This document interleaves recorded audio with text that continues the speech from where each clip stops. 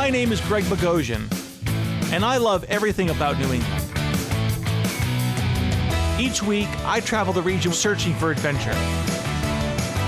And along the way, I visit the places and the people that make New England extraordinary. This is New England like you've never seen it before. This is New England Traveler.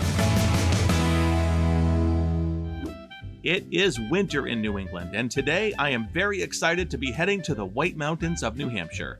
The plan? Well, it's pretty simple. Explore the history, eat some great food, and overall, just have fun. Which brings me to the first stop on my snowy adventure. We're not going to the summit of Mount Washington today. I mean, I can do without the heavy snow, ice, and hurricane force winds, thank you. But we are going about halfway up to Wambeck Station. I think we're gonna roast some marshmallows, we're gonna have some hot cocoa, we're gonna check out the scenery, and the bonus is, it's snowing out right now. So let's go to the Cog Railway. Okay, a decision was made to swap out the train cars. So instead of taking the red engine and the purple passenger car, we're taking the black engine with the pink passenger car. Technical difficulties, please stand by. While they swap the engines around here at the Cog Railway, I think I'll head over to my hotel and check in. Talk to me about the history of Eastern Slope Inn Resort. Thanks, Greg. Well, we've been a proud staple of North Conway Village for over 150 years now. All right, this place started off as a quaint little hotel called the Randall House. Talk to me a little bit about the origins of this hotel. Yeah, so even before the Randall House, it was owned by a gentleman named Melvin Seavey, and it was a very modest little inn that was opened in pre-Civil War days and sold to the Randall family and became the Randall House. And grew over, also experienced a couple disasters that a lot of the New England Grand Inns have as well, by fire. Fire did destroy the Eastern Slope Inn Resort twice, once in 1902 and again in 1925. But this Grand Hotel really rose from the ashes to become the beautiful property it is today. With the modern convenience of a sprinkler system, of course. Now that I'm checked in, I just got a text from the Cog. I got a train to catch. You guys have to have like fuel for the fire pits and stuff up there. How does that work? So we actually have between 15 and 17 cords of wood that we burn through in our winter season for our outdoor fire pit. So that is all transported up the mountain with our work train. And we're going to be doing that today to restock the firewood supply at Wambeck Station. And we have to work around our passenger trips that are occurring throughout the day to send our work train up to unload several cords of wood into our woodshed up there. Awesome. Now, I was told that I could maybe do a little behind the scenes thing today. Do you think I could take the firewood train up and maybe unload some wood up there? I think we can have some room on you for the work train, absolutely. That'd be awesome. I would love to do that. The Mount Washington Cog Railway is the first cog railway in the world. It was built by Sylvester Marsh, who came up with the idea when he became lost in a snowstorm hiking to the summit of Mount Washington in 1852. When Marsh approached the state legislature with his plan, they thought it was so unlikely that they didn't just give him permission to build a railway to the summit. They told him he could build one to the moon. This railroad was built by veterans of the Civil War, right? Correct. A lot of the construction crew, because the construction began in 1866, it was delayed till after the war came to a close. So a lot of its returning veterans from the northern states got to work here on that track crew. That's a pretty fascinating bit of New England history. August 14, 1868 saw the first paying customers at the Mount Washington Cog Railway. In August 1869, construction finally reached the summit. And one of the first passengers to ride to the summit that summer was President Ulysses S. Grant. The rest, as they say, is history. Okay, we made it to Wambeck Station, and my thoughts so far are, wow, the scenery is ridiculous. I mean, everything is covered in snow and ice. It's like the North Pole up here. It's really amazing. I love the views you could probably see today, between the clouds and the clear skies, probably, 15, 20 miles. This is just like, look at that. The most important aspect of the entire operation. I'm going to show you right now. Most important aspect of the whole thing. Oh, nice steaming cup of hot chocolate. Look at that. Oh, they're like icy. Got my marshmallows and my stick. Ready to go roast them. Nothing better to do on a 7-degree day than drink hot cocoa and toast some marshmallows. Look at that, it's a beautiful fire. Oh, that feels good. Oh yeah. Rub's catching flame. Oh yeah. Got a char going. Oh, look at that flame. Look at that.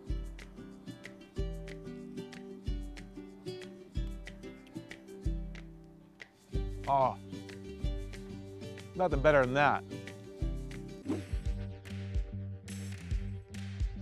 Those people in there look so warm. They look so warm in there. Hi, you want to be on TV?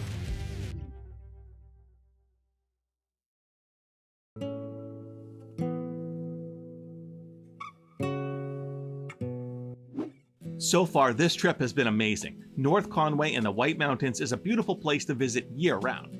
But 7 degrees and 40-mile-an-hour winds? Yeah, it's making this traveler a little frigid. I love doing things behind the scenes, so Andy invited me for a ride in the cab of the train, back to Wambeck Station, where they're gonna put me to work, offloading firewood. All right, we're in the cab. Oh, it warmed up. I think it's 8 degrees now. All right, time to go operate the crane and move some firewood to keep this place warm. Let's go. Right, you're gonna want to push this one here forward. That's gonna extend that boom out. Then we're just gonna keep our hands away so they can unhitch that chain. The modern-day hydraulic crane was invented in 1838 by British inventor William Armstrong. But the first crane, which was powered by men and donkeys, was invented in 3000 BC. It was known as a shadoof. Now let's see what this shadoof can do. Yeah. And then this one. This one over. Yeah, hold on.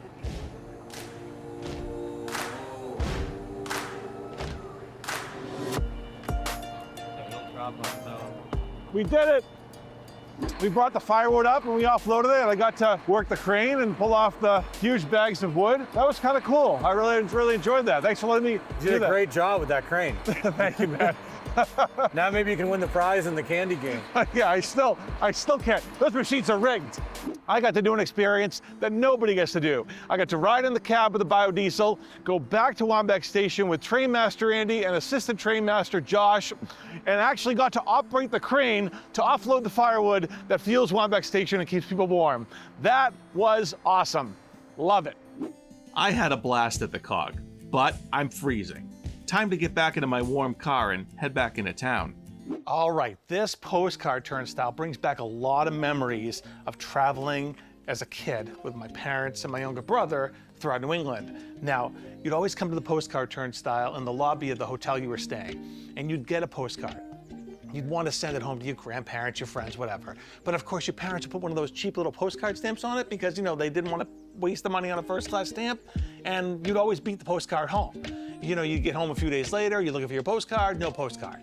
And then about 3 months later, suddenly the postcard shows up in the mail. Totally forget they even went on the trip.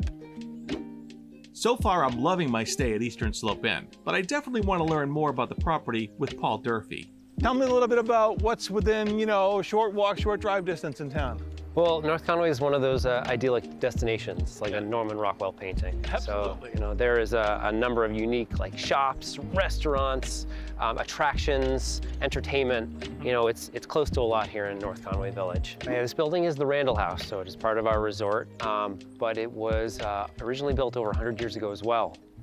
But it was a bunkhouse for the employees of the resort, you know, in its early days. But this is not the original Randall House. Where was the original building located back in the 30s? The original hotel is where you see it today, the original footprint. This trip has been fun, but it's winter, and it's a frozen tundra here in the White Mountains. Time to warm things up again.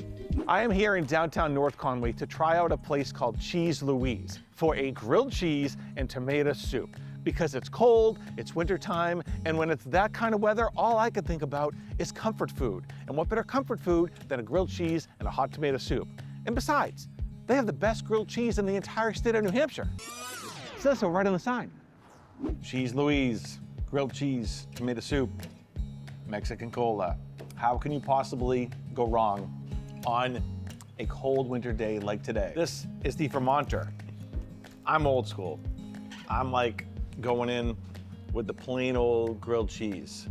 This is just looking pretty delicious right here. I mean, it's grilled cheese. Nothing fancy about it, but it's good. The ultimate comfort food. Cheers. You know, I love comfort food. It totally triggers all the positive memories of being a kid growing up in Beverly, Mass. Throw in a snowstorm and some Saturday morning cartoons, and I'm right back in 1978. Nothing against, you know, good old-fashioned Coca-Cola, but this is the real deal. Mexican cola made with real cane sugar. Original cane cola is a type of cola that's sweetened with pure cane sugar instead of high fructose corn syrup. You know, that stuff that's really bad for you, making it much more natural. Now that we had our grilled cheese and washed it down with a cola, it's time to play a game. There are 3 ingredients in this secret sauce right here. The goal is to identify the 3 main ingredients. All right, I'm just gonna take a little piece of the bread, which has some cheese on it. Now, my choice was barbecue, ketchup, and mayonnaise. Did I get the lineup correct? You didn't. You'll just have to come to Cheese Louise yourself and try for that secret sauce. Do you ever wonder if the hotel you're staying at is haunted? Have you had a paranormal experience at a New England hotel? I haven't yet.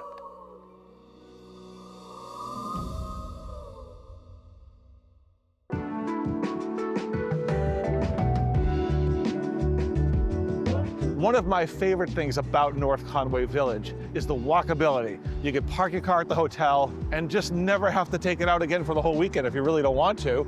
You can walk to the bars, walk to the restaurants, walk to the gift shops, do your souvenir shopping, even when it's wintertime like it is right now. It's not just wintertime, it's next level cold, folks. Time to find someplace to warm up, and fast. A lot of interesting shops here in North Conway, but check this out, the North Conway Olive Oil Company. That's pretty cool. I'm Armenian, I love olive oil, love cooking with it, love eating it. Let's go inside and check it out. I love olives. I think olives are my favorite food in the world. I could eat Kalamata olives, green olives, garlic stuffed olives, pimento stuffed olives. I love it all. I love all kinds of olives. They got balsamic vinegars, more olive oils down here. This is really, really cool. And obviously you can sample them. Well, I do love olives, so I guess it's a good thing I bumped into resident olive oil expert Joshua Davis to show me around and let me start sampling this stuff. Oils and vinegars made for each other. So the reason this one I find so good is that it's great for like roasting and cooking meats, grilling meats, but I love to make my Brussels sprouts this way. Oh, I love Brussels sprouts. And what's the inspiration behind this store? I mean, the person who owns it obviously loves olive oil and vinegar. Yeah, the owner's inspiration really was the health properties. He loves the fact that you can just improve your health and well-being by simply switching to good, healthy olive oils and balsamics. Yeah, absolutely. Mediterranean lifestyles. All right, so we got little truffle salts? Yeah, real black truffles, nice iodized Italian sea salt. You just shoot it with the oil? Yeah, have a good time. Wow, that is really, it stays like on the back of your tongue. Yes, it does. It's right? Am I right? Yep. I was right about something. Wow, I can't believe it. Full disclosure here, I'm not a fan of shopping, but this type of shopping is right up my alley. All right, that was super cool. The North Conway Olive Oil Company right downtown. I got my goodie bag. Let's go home and get cooking. Well, I'm not ready to go home and cook just yet, but I am ready for dinner. All right, we made it to Chef's Bistro right here on the main street in North Conway Village. It's fresh, it's casual, it's local. Is it good? We're gonna find out. First impressions of Chef's Bistro. I'm loving the vibe and the cozy pub atmosphere. And I'm looking forward to a nice dinner. But first, a cocktail. Hi, I'm a bartender at Chef's Bistro. My name's John. Today we're going to be making one of our wintertime special cocktails. This is the Dirty Chai-Tini. Start with some vanilla vodka, a little bit of Bailey's, a little bit of espresso, and we're going to hit it with a little bit of chai. All that in a shaker with some ice. Just give it a little shake. And there we have our Dirty Chai-Tini. Do you know what I love about martinis? It's that you can get them in virtually any flavor imaginable. Raspberry, lemon, espresso, chocolate, watermelon, whatever. It's wintertime though, and I love chai drinks because they really kind of warm the soul, and this is a Dirty Chai-Tini. It looks absolutely delicious. I gotta go right in.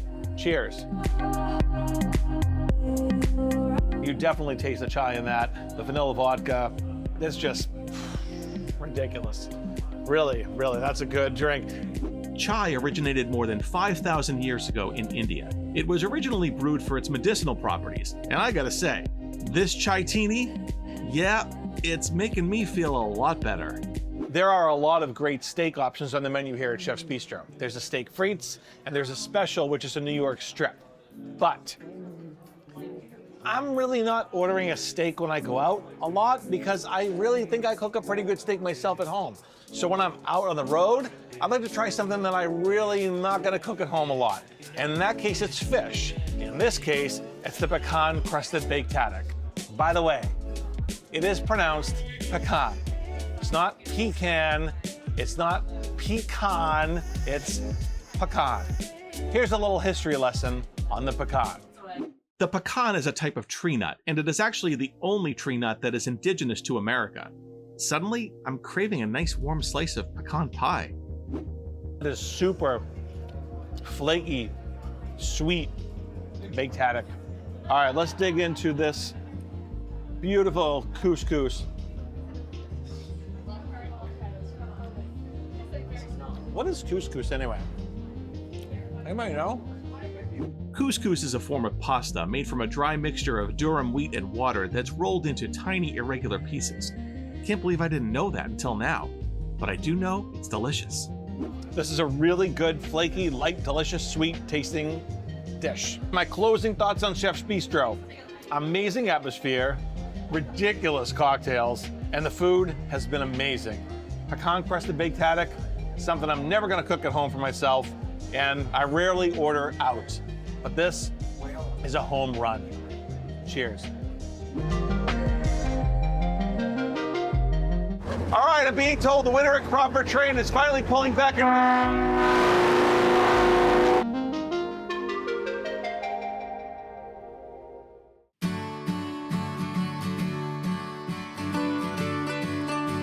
When I was driving up here, I noticed all those billboards on the highway, you know, Colway Scenic Railroad, Mount Washington Cog Railway. It just really brought me back to my childhood. Growing up in New England, you know, experiencing those things as a kid in the summer and the winter. I absolutely love North Conway, and my visit here would not be complete without a trip on the historic Conway Scenic Railroad. Welcome aboard. Thank you very much. So Greg, tell me about the equipment that we're riding on today. Oh, I'd love to. So what the car we're in right now is a 100-year-old passenger car. And we have cars dating from 1898 all the way up to the 1950s. Wow. And believe it or not, we have an original Maine Central engine pulling us up the mountain today that used to run this route regularly for the Maine Central Railroad. How old is the engine that we're running on? The engine was built in the mid-1960s by EMD and a division of General Motors. And it's a GP38 engine, and it's number 255. The Maine Central only had 13 GP38s. We have 2 of them.